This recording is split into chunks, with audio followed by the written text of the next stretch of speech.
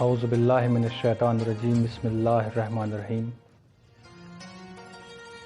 قال رسول اللہ صلی اللہ علیہ وآلہ وسلم یا ایہا الناس انہو قد اقبل الیکم شہر اللہ بالبرکۃ والرحمۃ والمغفرہ۔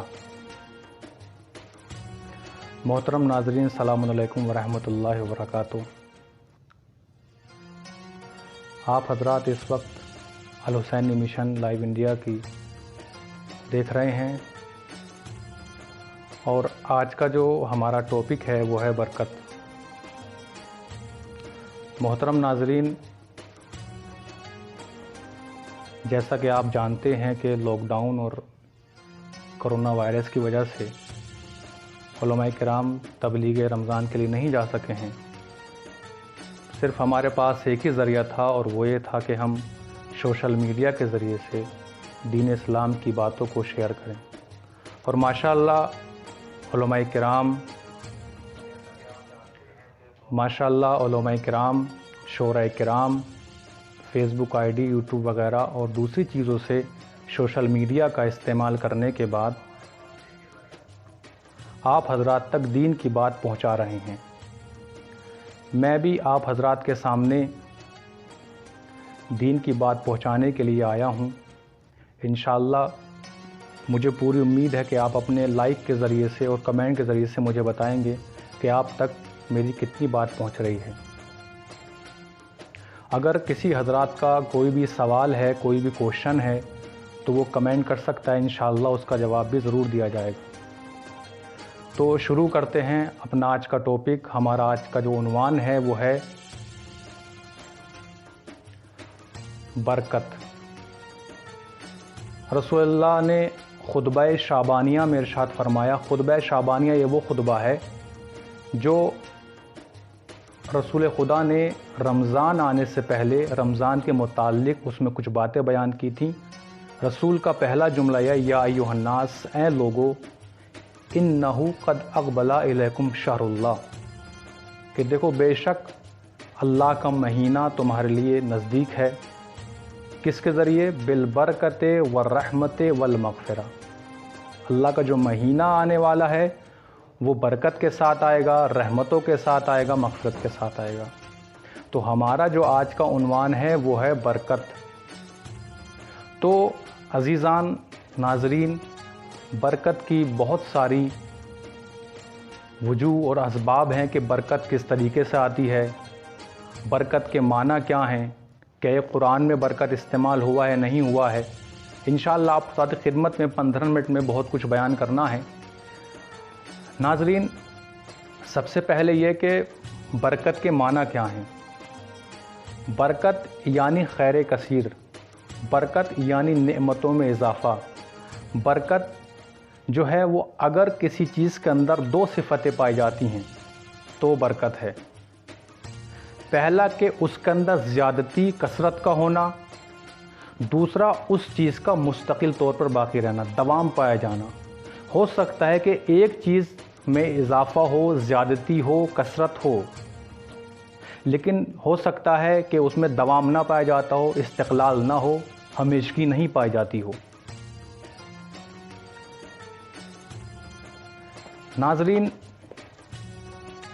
تو برکت کے معنی تھے کہ جو ہم نے آپ حضرات کی خدمت میں بیان کیے، یعنی خیر کثیر، خیر نافع، خیر فراوان، بہت زیادہ نعمتوں کا جو اللہ کسی کو دیتا ہے تو اسے برکت کہا جاتا ہے۔ اب چلتے ہیں کہ برکت کس طریقے سے آئے گی، اس کے سبب کیا ہیں۔ ناظرین سنیے گا آپ حضرات انشاءاللہ بغور۔ برکت، اللہ قرآن مجید میں ارشاد فرما رہا ہے، وَلَوْ أَنَّ أَهْلَ الْقُرَىٰ آمَنُوا وَاتَّقَوْا لَفَتَحْنَا عَلَيْهِمْ بَرَكَاتٍ مِّنَ السَّمَاءِ وَالْأَرْضِ۔ سورہ اعراف آیت نمبر 96 میں اللہ نے ارشاد فرمایا کہ اگر بستیوں والے ایمان لے آتے اور تقوی الہی اختیار کر لیتے تو ہم ان کے اوپر آسمان اور زمین سے جو برکتوں کے دروازے ہیں وہ ان کے اوپر کھول دیتے۔ ناظرین ہمیں اس آیت نے یہ بتایا کہ برکت جو ہے وہ دو قسموں پر مشتمل ہے، برکت کی دو قسمیں ہوتی ہیں۔ ایک قسم یعنی جو اللہ ہمیں برکتیں دے گا وہ آسمان سے دے گا، دوسری یہ کہ جو اللہ ہمیں برکتیں دے گا وہ ہمیں زمین سے دے گا۔ قرآن مجید کے اندر کہیں پر بھی لفظ برکت یعنی سنگولر طور پر واحد استعمال نہیں ہوا ہے، لیکن اس کی جمع برکات اور اس کے مشتقات یعنی اس برکت سے نکلنے والے لفظ قرآن مجید کے اندر بہت ساری جگہ پر استعمال ہوئے ہیں۔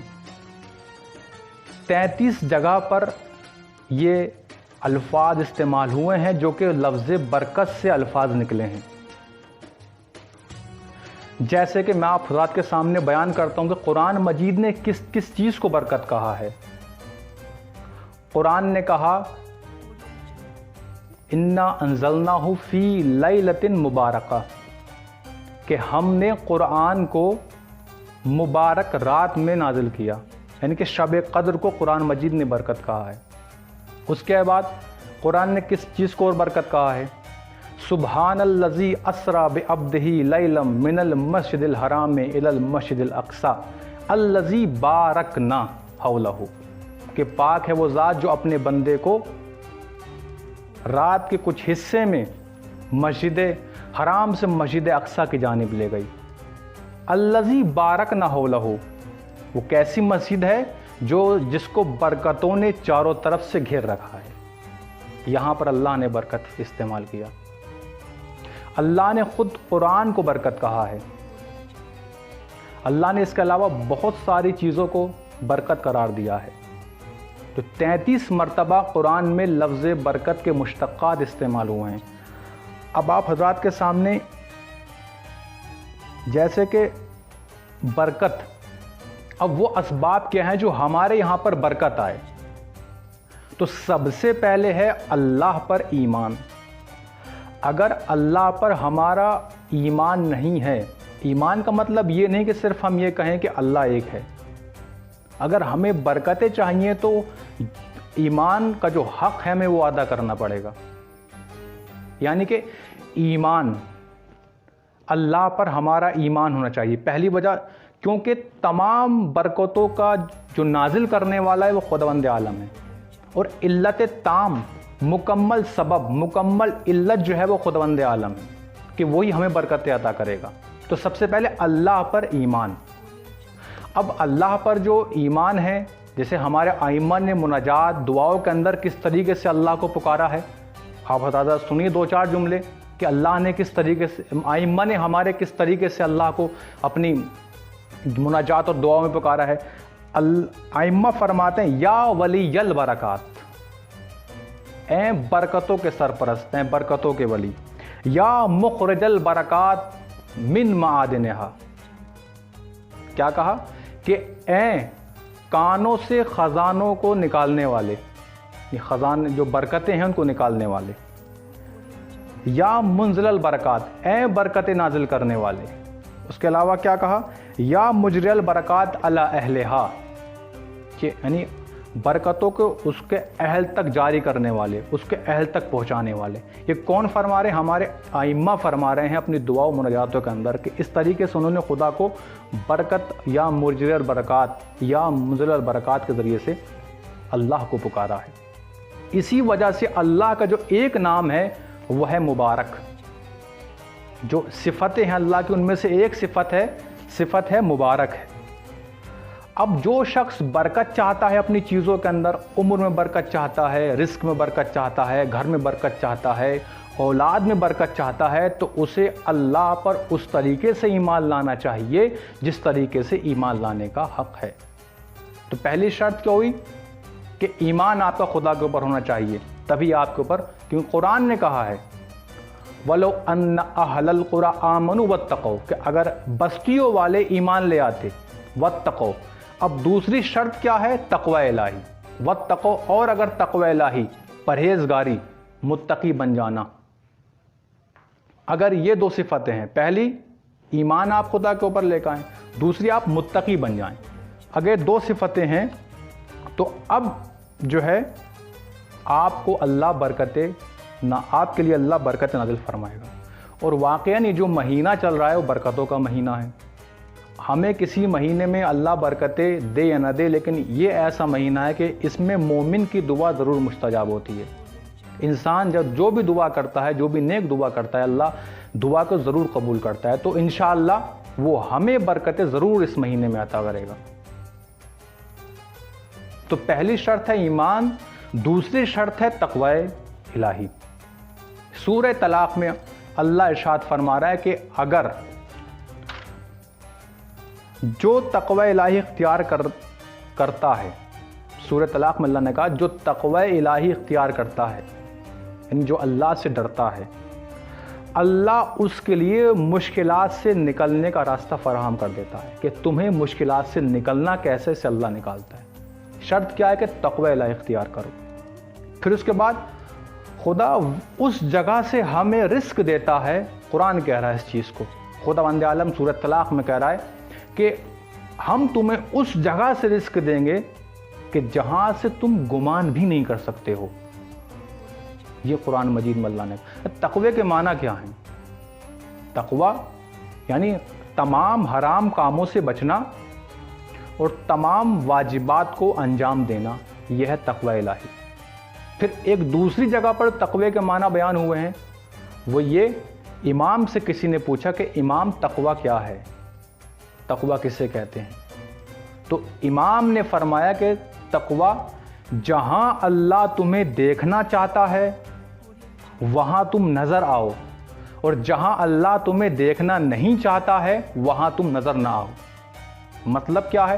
یعنی اللہ تمہیں مسجد میں دیکھنا چاہتا ہے وہاں نظر آؤ، اللہ تمہیں شراب خانے میں دیکھنا نہیں چاہتا ہے وہاں تم نظر نہ آؤ، اللہ تمہیں قرآن پڑھتے ہوئے دیکھنا چاہتا ہے تم وہاں نظر آؤ، اللہ تمہیں غریبوں کی فقیروں کی مدد کرتے ہوئے دیکھنا پسند کرتا ہے، دیکھنا چاہتا ہے تم وہاں نظر آؤ، قرآن پڑھتے ہوئے نظر آؤ۔ لیکن شراب پیتے ہوئے، جوا کھیلتے ہوئے، یا دوسرے اور گانے سنتے ہوئے، یا اس طریقے کے حرام کام کرتے ہوئے اللہ نہیں دیکھنا چاہتا تو ہمیں وہاں پر نہیں آنا، ہمیں نہیں اپنے آپ کو دکھانا ہے کہ جو اللہ ہمیں دیکھے۔ تو پہلی شرط ہے ایمان۔ جب برکتیں اللہ نازل کرتا ہے تو قرآن کہہ رہا ہے کہ پہلی شرط ہے ایمان، دوسری شرط ہے تقوی الہی، کہ آپ پرہیزگار بنیے تو اللہ انشاءاللہ آپ کے اوپر برکات نازل کرے گا۔ پھر رسول خدا نے اس آیت کے بارے میں کہ جو میں آپ حضرات کے سامنے میں نے ابھی تلاوت کی اور میں نے پڑھا کہ اگر انسان تقوی الہی اختیار کر لے تو اللہ اس کے لیے مشکلات سے نکلنے کا راستہ فراہم کرے گا، اس کے ساتھ ساتھ اس کو اللہ وہاں سے رزق عطا فرمائے گا کہ وہ گمان بھی نہیں کر سکتا ہے کہ ہمیں اللہ کہاں سے رزق دے رہا ہے۔ اس آیت کے بارے میں رسول خدا نے جناب ابوذر سے ارشاد فرمایا کہ اے ابوذر، اگر اس آیت پر عمل کر لیا جائے تو انسان کو کسی اور چیز کی ضرورت نہیں پڑے گی، اور انسان کو کسی اور چیز کی ضرورت نہیں رہتی ہے۔ رسول خدا فرما رہے ہیں کہ اگر انسان صرف اس آیت پر تقوی الہی اختیار کر لے، اللہ مشکلات سے اس کو نکال دے گا اور وہاں سے رزق دے گا جہاں سے ہم سوچ بھی نہیں سکتے ہیں کہ اللہ کہاں سے ہمیں رزق دے رہا ہے۔ تو پہلی شرط ہے ایمان، دوسری شرط ہے تقوی الہی۔ تیسری شرط کیا ہے؟ خود قرآن کہہ رہا ہے اس چیز کو، استغفار، یعنی کہ ہم استغفار کریں، استغفار توبہ کریں۔ یہ مہینہ جو ہے بالبرکت والرحمت والمغفرہ، اللہ اس میں مومنین کے گناہوں کو معاف کرتا ہے۔ تو ہمیں اللہ پر صحیح طریقے سے، نہ کہ صرف زبان سے ہم کہیں اللہ ایک ہے، نہیں بلکہ ہمیں عمل کر کے دکھانا ہے، تقوی الہی اختیار کرنا ہے۔ ایمان، عمل، اس کے بعد استغفار۔ استغفار کیسے کرنا ہے؟ جو استغفار کرنے کا حق ہے۔ ایسا نہیں ہے کہ انسان صرف زبان سے کہے کہ اللہ معاف کر دے، میں بعد میں گناہ نہیں کروں گا یہ والا، لیکن پھر وہ کل کو وہی گناہ کر رہا ہے، پرسوں کو پھر وہی گناہ کر رہا ہے۔ تو پھر انسان کو چاہیے کہ توبہ، خالص توبہ ہونی چاہیے، کہ اگر اس نے توبہ کر لی ہے تو پھر توبہ کا مذاق نہیں ہونا چاہیے کہ انسان توبہ جو ہے وہ صرف زبان سے کہہ رہا ہے لیکن عمل بعد میں پھر وہی کر رہا ہے، تو یہ تو اور ہمارے لیے عذاب کا باعث بن جائے گی، جس کے ہم جو ہے وہ اس طریقے سے ہنسی مذاق اور کھیل کر رہے ہیں۔ ایک بات آخر میں اور انشاءاللہ آپ تک پہنچانی ہے، باقی جو عمر میں برکت کس طریقے سے آئے گی، گھر میں برکت کس طریقے سے آئے گی، ہمیں کیا کام کرنے چاہیے، رزق میں برکت کس طریقے سے آئے گی، ہمیں کیا کام کرنے چاہیے، انشاءاللہ وہ اگلے ہفتے بیان کیا جائے گا۔ ایک چیز اور، انفاق جو انسان کی برکت میں اضافہ کرتا ہے، ہر چیز میں اضافہ کرتا ہے۔ انفاق یعنی راہ خدا میں خرچ کرنا۔ اچھا، ہم بعض وقت یہ سوچتے ہیں کہ اگر ہم راہ خدا میں خرچ کریں گے تو مگر دیکھیں، مال خرچ کرنا واقعاً اس میں کوئی شک نہیں ہے کہ مال خرچ کرنے سے مال میں کمی آتی ہے، لیکن کبھی بھی ہمیں یہ نہیں سوچنا چاہیے کہ راہ خدا میں مال خرچ کرنے سے کبھی بھی ہمارے مال میں کمی نہیں آتی ہے، بلکہ ہمارے مال میں اضافہ ہوتا ہے۔ تو پہلی چیز کیا ہے، جو سب سے بڑی علت تامہ، مکمل علت، خدا پر ایمان، تقوی الہی، استغفار، اور انسان انفاق کرتا رہے۔ جو مہینہ ہے، اور آج کل ویسے بھی جیسے کرونا وائرس چل رہا ہے، تو انسان کو چاہیے کہ اپنے آس پاس کے لوگوں کو دیکھے کہ ان کے یہاں پہ افطار سحر ہو بھی رہا ہے یا نہیں ہو رہا ہے، کہ وہ فاقہ کر رہے ہیں، روزہ رکھ پا رہے ہیں نہیں رکھ پا رہے ہیں، کیا مسائل ہیں۔ ہمیں ان سب چیزوں پر غور کرنا چاہیے اور انفاق ہمیں کرنا چاہیے۔ انشاءاللہ باقی باتیں جو ہے وہ اگلے ہفتے انشاءاللہ آپ کے سامنے پیش کریں گے۔ تب تک کے لیے آپ حضرات سے خداحافظ چاہتے ہیں، اللہ آپ کی تمام عبادتوں کو قبول فرمائے۔ وآخر دعوانا الحمدللہ رب العالمین، فقط وسلام۔